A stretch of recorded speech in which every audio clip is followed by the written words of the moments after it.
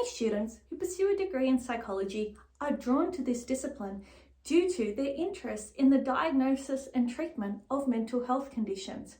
Quite often we are drawn to this field of study because we have our own personal experiences with this phenomenon, or we know people close to us who have gone through this.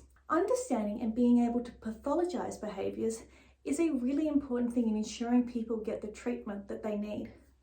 But what happens when we get it wrong? And the fact is that psychology is quite imprecise and we get it wrong all the time.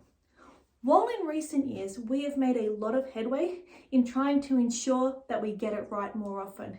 We have a better understanding of mental health and we have a better understanding of what constitutes as pathologically problematic. Things like, is the behavior present in a wide range of contexts or situations? Is it persistent for an extensive period of time? It's normal for us all to feel sad for a couple of weeks or when something bad happens to us, but it's when it persists for an extensive period of time and in a range of contexts that we need to start worrying. Today I'm going to talk to you about Rosenhan's study from the 1970s about being sane in insane places. Now obviously that's not the kind of language that we would still use today, but the message that Rosenhan puts out in this paper is still really important today. I also think it's a really fun and interesting study just because of the experimental nature and techniques that he uses to, I guess, implement his study. Rosenhan was interested in how much of the treatment that our patients received was related to the behaviors that they supposedly have or the context and the situation that they were in. Now, this was a really small study. Rosenhan actually only recruited 8 participants in total, including himself, to participate in this study. What he had each of the participants do was to go to a mental health facility or a psychiatric hospital in their area and choose to admit themselves.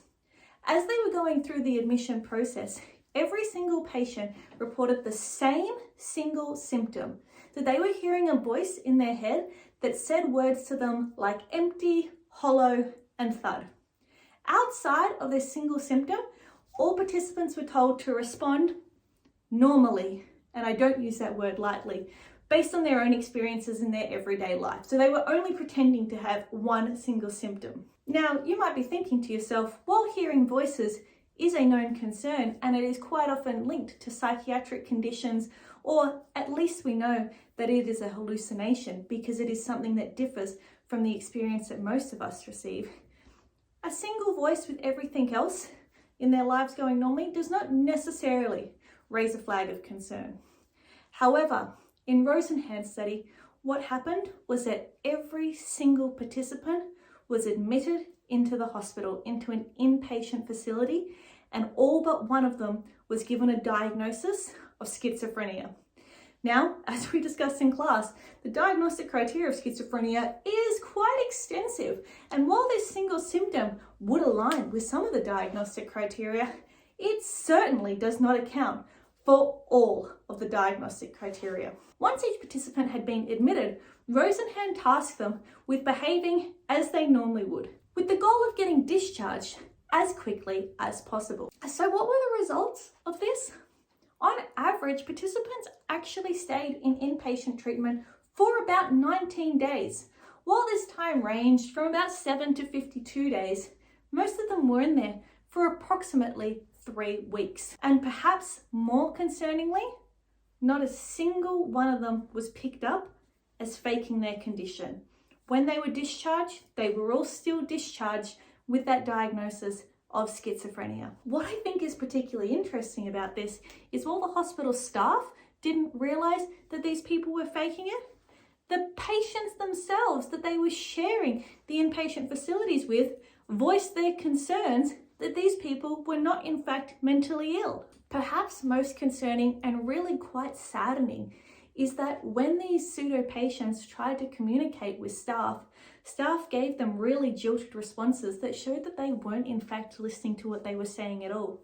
These pseudo-patients were entirely lucid and forming completely coherent sentences, yet the staff ignored what they were saying and spoke down to them in a condescending manner, as though they were intellectually impaired and weren't capable of holding a conversation. All patients reported that while they received minimal support from staff in terms of actually talking to them and making them feel like a human, there was no shortage of medication, and every single pseudo-patient that was admitted was given a plethora of drugs to treat their mental illness over the course of their inpatient stay. Why this study is of particular interest is it shows to us the impact that labeling an individual can have, as well as the impact that the context of a situation can have.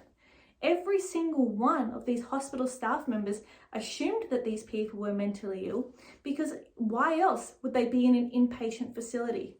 And rather than questioning these individuals and actually thinking about the context and the conversations and the symptoms and the behaviors they were displaying, due to their label, they put them in a box and then didn't think about it any further.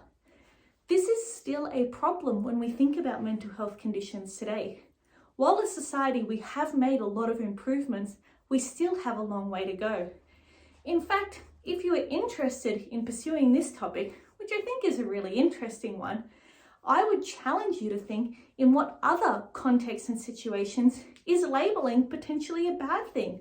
I'm sure every single one of you watching this video has had somebody label you as something you're not, and therefore made a list of assumptions about who you are as a person.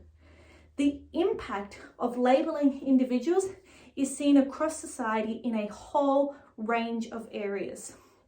I hope you enjoyed this video and it helped you understand Rosenhan's study just a little bit better.